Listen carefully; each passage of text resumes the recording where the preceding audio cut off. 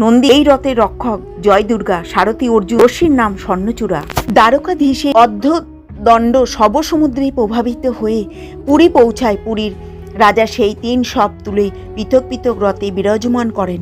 নগরের লোকেরা যে সেই রথ টেনে সারা নগর ঘোরান। দারু কাঠ সবের সঙ্গে প্রবাহিত হয়েছিল বলে সেই কাঠ দিয়ে বক্স তৈরি করে তাতে সব রেখে ভূমিতে সমাপিত করে দেওয়া হয়। করণ পুস্তক অনুযায়ী এরপর থেকেই প্রতি বছর রথযাত্রা পালিত হয়।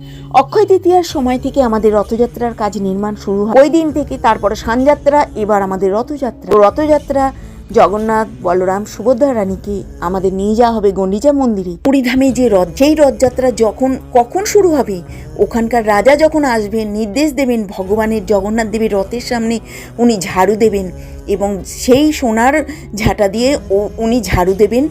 ওই রাজা ঝাড়ু দেওয়ার পরে আমাদের জগন্নাথ দেবের রথ টানা শুরু হবে।